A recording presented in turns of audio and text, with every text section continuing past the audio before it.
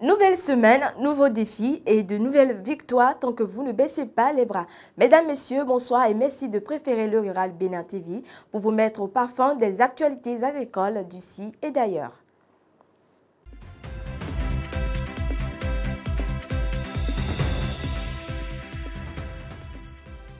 Pour le sommaire de ces jours, nous parlons au préalable du danger que représentent les puces pour les animaux domestiques et de comment s'en protéger.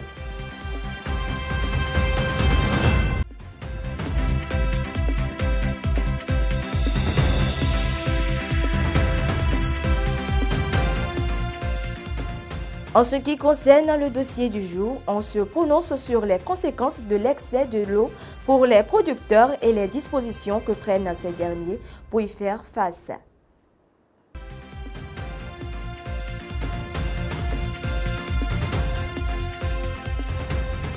Voilà pour vous l'essentiel sur les actualités du jour. Nous passons au déballage dans un instant.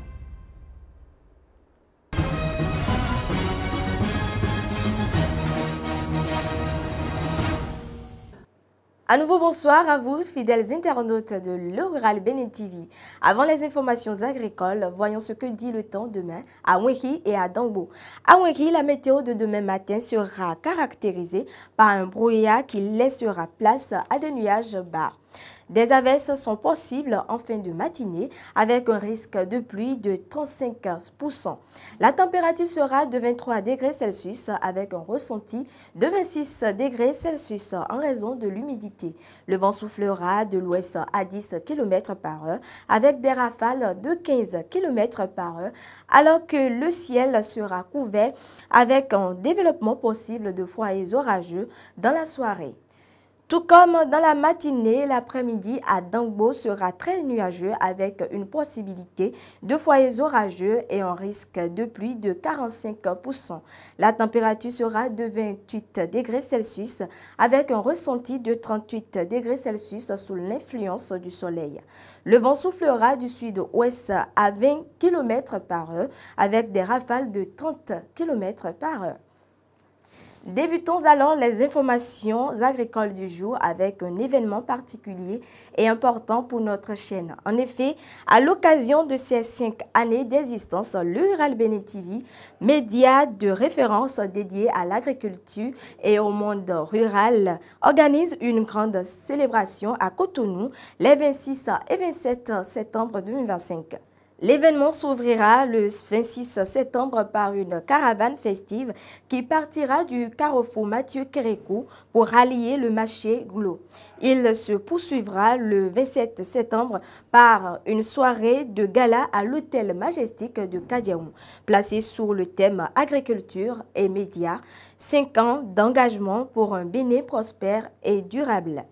Plus qu'une simple célébration, cette rencontre réunira des décideurs publics, des partenaires techniques et financiers, des acteurs privés ainsi que des organisations paysannes afin de mettre en lumière le rôle des médias dans la promotion de l'agriculture et du développement durable au Bénin. Parlons maintenant santé animale. Elles sont minuscules mais peuvent causer de gros problèmes à nos compagnons à 4 pattes. Il s'agit des puces, des parasites qui s'accrochent aux animaux domestiques, représentent un véritable danger. Comment les reconnaître et surtout comment s'en protéger? Élément de réponse avec Shekinat Adjaro et Guillaume Atingosu. Les puces sont des petits insectes parasites qui représentent un danger pour les animaux domestiques et peuvent facilement infester chiens, chats et autres compagnons.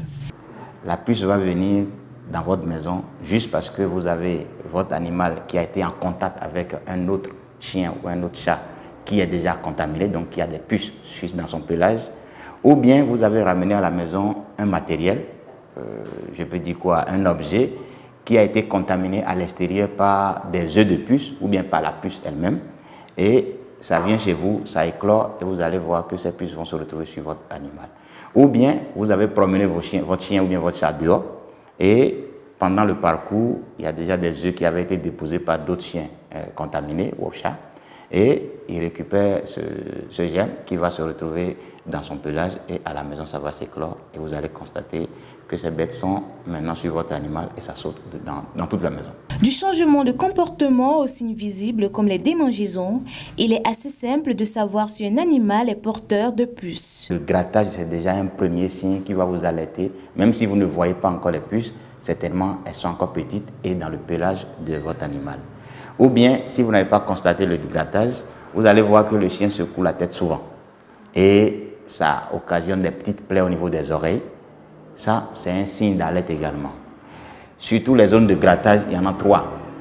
Vous allez avoir les oreilles, le cou et la base de la queue. Un chien qui se mordit la queue régulièrement, la base de la queue régulièrement, ça vous alerte sur les signes de présence de puces sur cet animal. En plus de gêner l'animal, ils peuvent transmettre d'autres maladies graves, parfois mortelles. Les puces se nourrissent du sang. Donc si vous avez votre animal qui a un niveau d'infestation faible, ça peut aller. Mais si c'est un niveau d'infestation très élevé, votre animal peut arriver à avoir de l'anémie, donc manque de sang.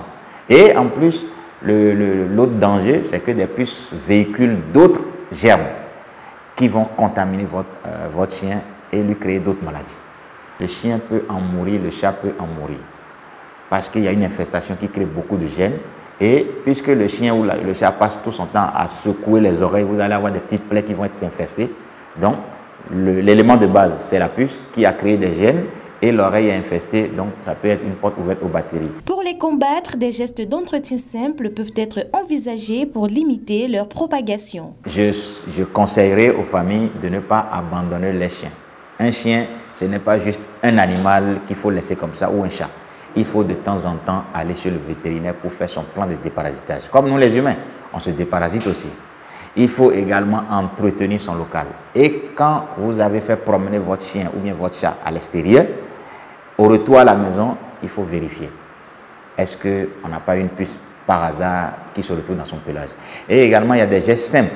Il y a des brosses qu'on prend pour brosser le pelage qui permettent de faire tomber ou bien de vérifier sur un papier blanc. Est-ce que vous avez de ces petites bêtes qui sont déjà cachées dans le pelage que vous ne voyez pas à l'œil nu? Quand vous voyez, systématiquement, il faut se référer au vétérinaire pour qu'il vous donne l'orientation nécessaire pour les éradiquer. Protéger les animaux contre les puces, c'est aussi protéger toute la famille, car un environnement propre et bien entretenu réduit les risques pour tous. Du lundi 8 au 16 septembre 2025, une délégation ministérielle composée du directeur de cabinet du ministre de l'Agriculture, Dossa Aguemon, du directeur général de l'ATDIA 7, ainsi que plusieurs cadres du secteur agricole, a effectué une mission dans plusieurs départements du pays, dont l'Atlantique, l'Ouémé et le Mono. Cette mission, qui s'inscrit dans le cadre du suivi conjoint de l'évolution de la campagne agricole 2025-2026, s'est achevée par une séance de synthèse le mardi 16 septembre 2025 au siège de l'ATDIA 7. Ce fut l'occasion pour l'assistance de formuler des recommandations qui seront soumises au gouvernement. Dans la zone de Kandi et ses alentours, l'accès à l'eau reste un défi majeur. Un défi qui paradoxalement représente une opportunité pour les maraîchers disposant des alternatives pour la disponibilité de l'eau, leur permettant de non seulement développer leur culture maraîchère, mais aussi de gagner en termes de revenus. Une maraîchère de la dite zone nous en parle. Suivez. La première difficulté dans la zone de Kandi et ses environs, c'est le problème de l'eau. Pendant la période de la saison sèche, il y a des difficultés à l'accès à l'eau potable. Donc, beaucoup de forages se font, mais avec beaucoup de difficultés parce que des fois, ils viennent, ils creusent, ils ne trouvent pas de l'eau. Mais un peu avec l'aide de l'État et aussi avec l'aide de quelques projets, les gens arrivent à avoir un peu, ceux qui ont les moyens, arrivent à installer un peu leur forage. Pour moi, ça représente une énorme opportunité parce qu'à la base, j'avais voulu faire mon jardin parce que moi, j'étais venue nouvellement dans la librairie. Donc, moi, j'aimais mes tomates, j'aimais les trucs frais pour faire ma cuisine. Donc, on a fait un petit parcelle derrière la maison, derrière nos chambres et on a commencé un petit jardin. Bon, on consommait, ça restait, donc les gens venaient acheter les feuilles de gombo frais, les crin-crin, les tomates. Bon, j'ai vu que alors c'est une ouverture pour moi une opportunité pour augmenter de la richesse. Alors, on a commencé grande superficie, on a commencé par faire des installations autant qu'on pouvait avec les arrosoirs, nos bottes. Donc, on faisait petitement avec les moyens de bord. C'est comme ça qu'on a commencé l'activité petitement et ça a pris. Les gens en consomment pendant la période de la saison sèche, pendant au moins 6 mois, surtout pendant le mois de Ramadan, parce que c'est une communauté musulmane, donc pendant le mois de Ramadan, tout le monde sait que c'est la consommation réelle des légumes, des feuilles, donc franchement, c'est un réel, on va dire, un nid de richesse ou, dirais-je, une opportunité de vente réelle de produits maraîchers. Le vendredi 12 septembre 2025 s'est tenue la journée communautaire de mobilisation pour la transition agroécologique et la consommation locale et saine. Déroulée dans la commune de Boukoumbe, elle a été une journée de mobilisation inédite autour du thème « Manger local, vivre sain, la transition commence dans nos assiettes ». Toujours le même vendredi à Alada, le projet d'urgence de renforcement de la résilience des acteurs du secteur agricole Pur Zedaga a officiellement fourni des engrais organiques aux maraîchers. La cérémonie, présidée par Dossa Aguemon, directeur de cabinet du ministre de l'Agriculture, de l'Élevage et de la Pêche, vise à augmenter les rendements agricoles et à protéger la fertilité des sols.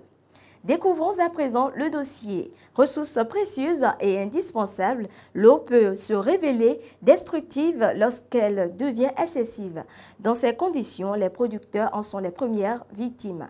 Donc, quels sont les défis et comment font-ils face à cette situation? Mysteria Alarizi et Love Adroko pour plus de détails.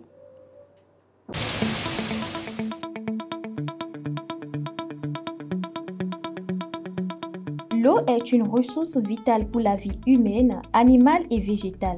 Elle nourrit les sols, favorise la croissance des cultures et assure le bien-être des communautés. Toutefois, lorsqu'elle devient trop abondante, surtout pendant les fortes pluies, son rôle bienfaiteur se transforme en menace. L'abondance en tout est un défaut. Quand c'est trop, ce n'est pas bon. Surtout pour les cultures. Quand il pleut trop, quand il y a beaucoup d'eau, il y a des phénomènes qui se produisent et que les cultures n'aiment pas. Surtout quand le sol est inondé, les racines n'arrivent plus à respirer parce qu'il y a quelque chose qu'on appelle l'atmosphère du sol. Quand il y a trop d'eau, cette atmosphère est remplacée par l'eau. Il n'y a plus d'oxygène, il n'y a plus rien, donc la racine ne respire pas. Donc si la racine ne respire pas, elle ne peut plus jouer son rôle qui est d'absorber les nutriments du sol pour donner et pour que la plante donne les meilleurs rendements. Sur les parties aériennes, s'il y a trop d'eau, cela développe des maladies qu'on appelle généralement les maladies cryptogamiques, les champignons. Quand il y a trop d'eau, les champignons se développent, attaquent les parties aériennes et surtout les feuilles. Et les feuilles n'arrivent plus à réaliser la photosynthèse. Et quand il n'y a pas photosynthèse, il n'y a pas production d'hydrate de carbone, il n'y a pas production et il n'y a pas un grand rendement. Plusieurs cultures, dont celles maraîchères, sont touchées. Cette situation plonge les paysans dans de grandes difficultés. Oui, j'ai observé beaucoup de pertes la saison passée par rapport souvent à mes bananiers. Donc j'ai perdu beaucoup de régimes. Des régimes qui devaient... J'avais déjà fait une spéculation par rapport à la vente, mais carrément, c'est maintenant que ces bananiers sont en train de reprendre parce que beaucoup sont tombés. Quand la tomate est en fructification et qu'il pleut beaucoup, surtout quand cela est en train de virer, n'est-ce pas, à la maturité, n'est-ce pas, quand il pleut beaucoup, c'est la catastrophe. Vous perdez plus de 75% de votre production. La difficulté que nous rencontrons au cours de cette période, c'est les chenilles qui se multiplient plus encore. Et puis les plantes ne grandissent. Quand il pleut trop, les plantes ne grandissent pas comme ça se doit. Tout ce que nous donnons comme engrais part directement dans l'eau, ruisselle les emporte. Donc c'est difficile un peu de s'adapter à cette saison-là, mais nous essayons de le faire à notre manière. Pour faire face à ces défis, plusieurs approches de solutions sont envisageables. Mais quand la pluie, on ne peut pas grand-chose, hein? On ne peut pas grand-chose. Donc, nous devons rechercher des variétés résilientes, des variétés qui résistent, n'est-ce pas, à ce phénomène. Bon, et dans le pire des cas, nous pouvons utiliser des serres agricoles. Si je vais dire, c'est le dérèglement climatique qui provoque l'abondance des pluies, les vents violents, tout ça là. Donc le mieux, c'est de faire l'agriculture biologique. Ces mesures demandent des moyens financiers et techniques, mais elles demeurent indispensables pour transformer l'eau, même abondante, en véritable atout.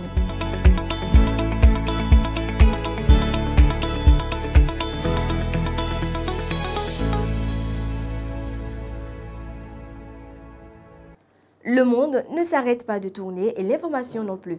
Mesdames, Messieurs, merci de nous avoir suivis et à bientôt pour un nouveau numéro. Ciao!